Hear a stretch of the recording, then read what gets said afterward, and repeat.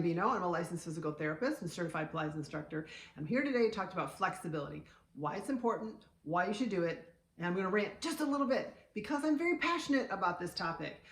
I often see people with pain issues. In fact, most of the time, the people that I see have pain problems. And so I interview them and ask them about their regular fitness routines, what they do on a regular basis to stay healthy.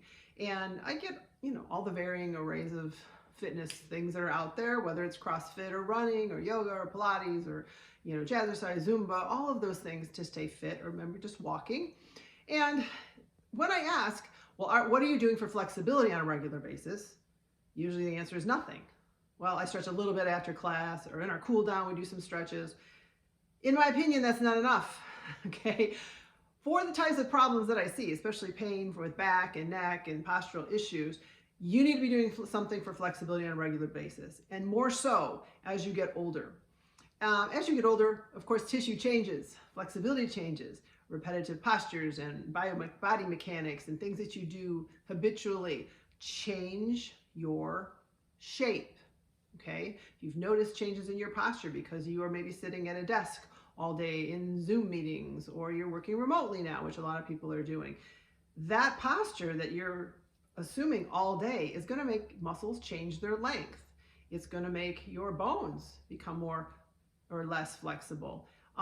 So it's really important that you pay attention to your flexibility. You have static flexibility, which is if I take I lay you down on the mat and I test you to see how long your hamstrings are, what your hamstring length is. And then you have dynamic flexibility, which is when your muscles are moving through a motion with external forces, such as doing a deep squat.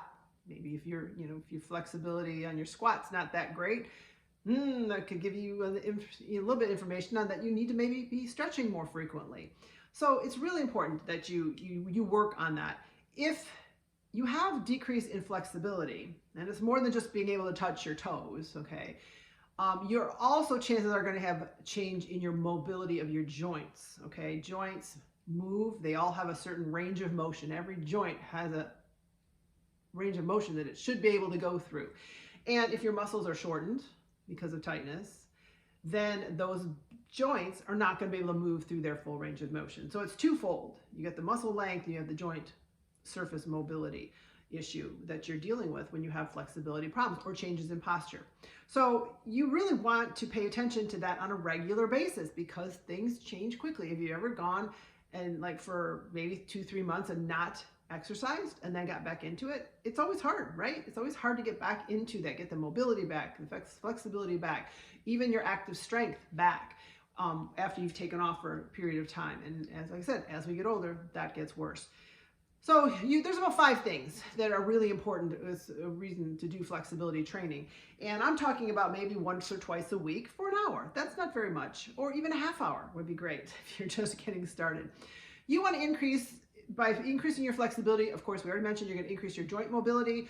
You're going to maybe decrease your low back pain because oftentimes I see people with low back pain and all we do is stretch out their hip flexors or their hamstrings or IT bands, and we get better results with their back pain.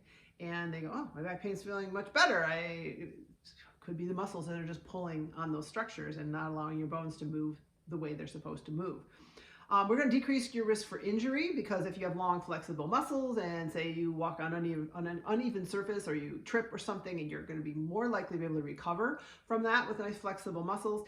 You're going to improve your strength. Now this is the big one because if every muscle is meant to move and contract in a certain length and has the best force on the joints when that muscle is a certain length, okay? Example, hip flexors. Go back and watch my video on sleepy butt syndrome. And if you have tight hip flexors, your glutes are probably not going to be working to their full capacity. They can't contract because they're being pulled forward the other way, so you can't get the shortening of the muscle contraction that you need to have your optimal force for your glutes. So that's going to be another benefit, improving your strength and also improve your performance. So if you are a dancer or you are somebody who likes to golf or whatever you're doing on your free time, you're going to be able to perform better because you have better flexibility in your muscles and your joints.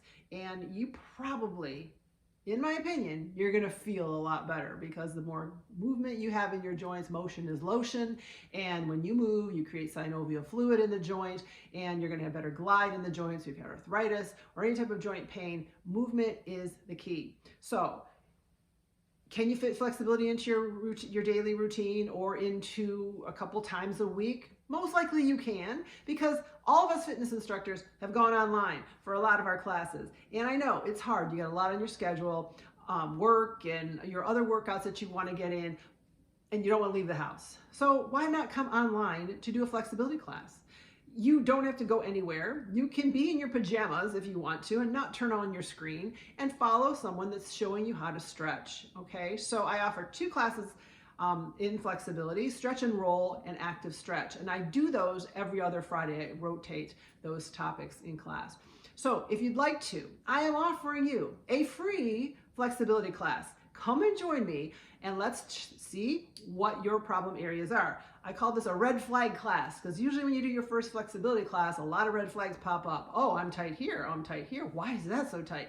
Those kind of things. That's a learning experience for you to find out what your asymmetries are and where you can improve. So if you go in the description box below, there's a code, free stretch. You can put that in at checkout if you go to my scheduling page where my classes are and look under active stretch or stretch and roll, and put that code in. You'll get a free class. You can join me and we'll go through an hour of flexibility training and see what you can do. Stretch and roll is with the foam roller and a yoga strap, and we go through massaging muscles, we go through lengthening muscles and fascia, connective tissue, and also flexibility. And active stretch is with a yoga strap and 2 tennis balls. We use the tennis balls to decrease tension in muscles and do deep tissue massage in certain muscles to get those joints to move a little bit better and release your tightnesses that you have. And also flexibility training with the strap and getting those muscles long enough so that you can move and maybe change posture. So I hope that was helpful. I hope to see you at a class. Turn on your computer, come and join me. It's going to be great. So thanks for joining me. Bye.